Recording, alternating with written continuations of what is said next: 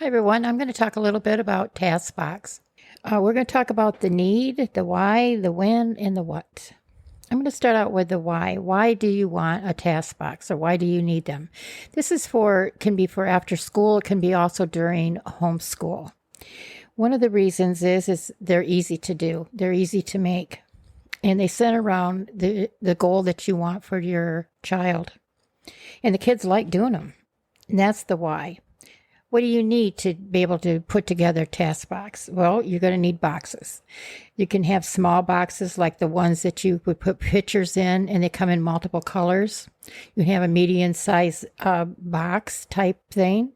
It could be like a bin, a small bin, and you can have large ones like a shoe box or a little bit better. And you can buy these at different places, or you can make your own. But if you got shoe boxes, make your own boxes.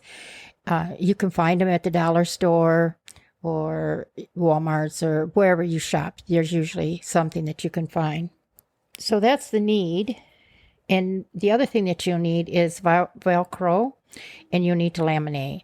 And you can get a small laminator at one of the stores, and they're not much, and laminating paper you can order. They're very handy to have. I have one, and it's been a lifesaver. So those are some of the things that you're going to need to make these task boxes. And now you know the why. So when do you use them and how do you use them? Well, if you're homeschooling, I would do 3 to 5 a day. And if you're a teacher, I would still do 3 or 5 a day for each student. Now, at the beginning, it's going to be a lot of work, but once you get into the rhythm of them, and you are able to use them, the kids will like them, and it makes your life so much easier. So once you get it doing them, and you get a bunch of sets of them, you'll be able to do these pretty easy, and then you can change it as you go. So what are we going to work on? So I would put 3 different types of categories that I would be looking at. Fine motor control would be one of them, math, and then reading would be the other 2. And you can do other things too. You can do science if you want to, and even social studies for that matter. So, but those are the 3 main things that I would focus on. So, task box for fine motor. What are you going to put in it? You can put simply like Play-Doh or slime where they're moving their hands, or those cubes where they put them together and put patterns in there for them to make patterns of different stuff.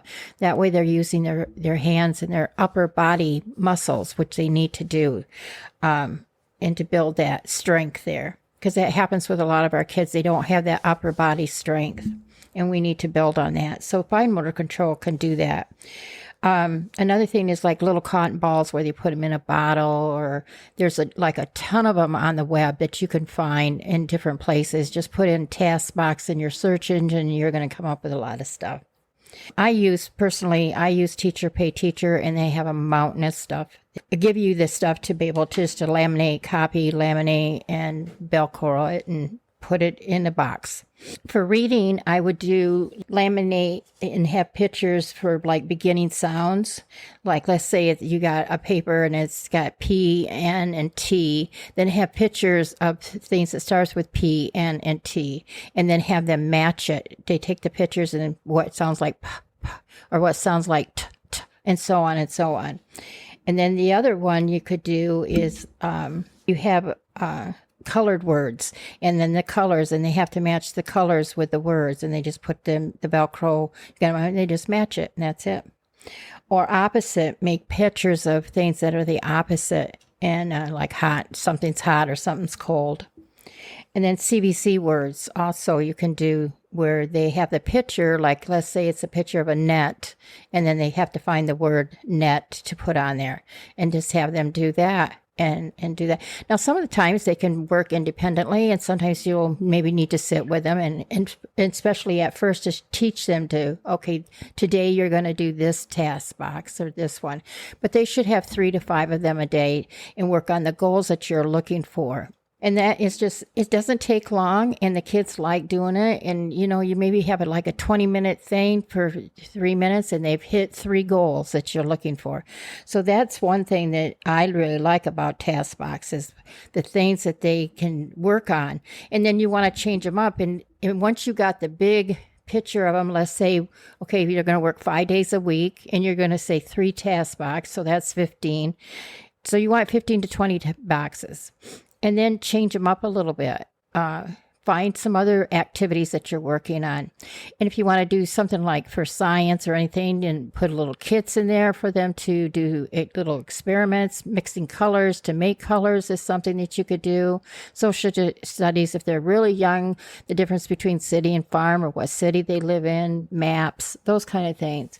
If they're older kids, then you want to put older type things. But I don't really go by their age, it's their level I'm talking about. You can have an older kid, but maybe only at a 2nd grade level. And so these are some ways that they can learn to read and sound out things. Another thing is a lot of times kids will know their sounds, but they're not decoding. So you want to put things in there for them to be able to decode. So they know the sounds, but then let's say they come across a word they don't know. And they'll just say the letter. So what sound does that letter make?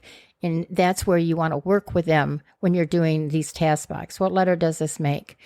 There's a lot of activities out there, and I'm sure that you can find different ones that would fit your child's needs. So that's what I would do. Let's see, I lost my train of thought there for a minute. So anyway, back to what we were talking about. Another thing is if the kids like water, you can there's a cue or letters you can buy, and they're in a bubble, and then have them like show them a picture of a word, say the word, pronounce the word. If it's cat, pronounce the word cat, and then have them get the letters and say the letters as they're doing. Not just get the letters and put them in the water, but you got to sound out the at. And then have them sound that out. That would be another thing that you could do with them too. And when you're homeschooling, if you're homeschooling or homework, it doesn't matter which one. Don't think about, okay, he's got to work from this time to this time. Just think of the tasks that they need to get done for the day, something they need to do. And then you can do what they kind of calling unschool, where, during the day they're doing different activities that is part of their learning. They can learn their environment. They can learn, if you're going for a drive, to name the streets and name the different places that they see.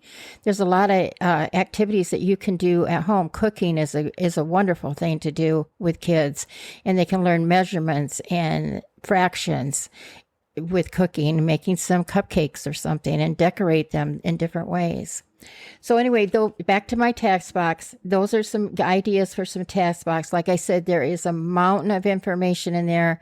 It is a little bit of work at the beginning that you have to do to get the TaskBox the way that you want them.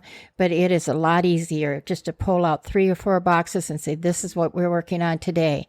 And it will help them, encourage them, and motivate them. Okay, what's in the box today? What are we going to do today? And they may have to repeat those things until they have acquired the skill that you're looking for. But I know you can do it. Now, today I'm not going to do a story behind this one, but this was a kind of a quick one that I wanted to do with TaskBoxes. And if you have any questions, please email me at Deborah, Debra 055 gmail.com. Hope you're having a blessed day. Talk to you later soon.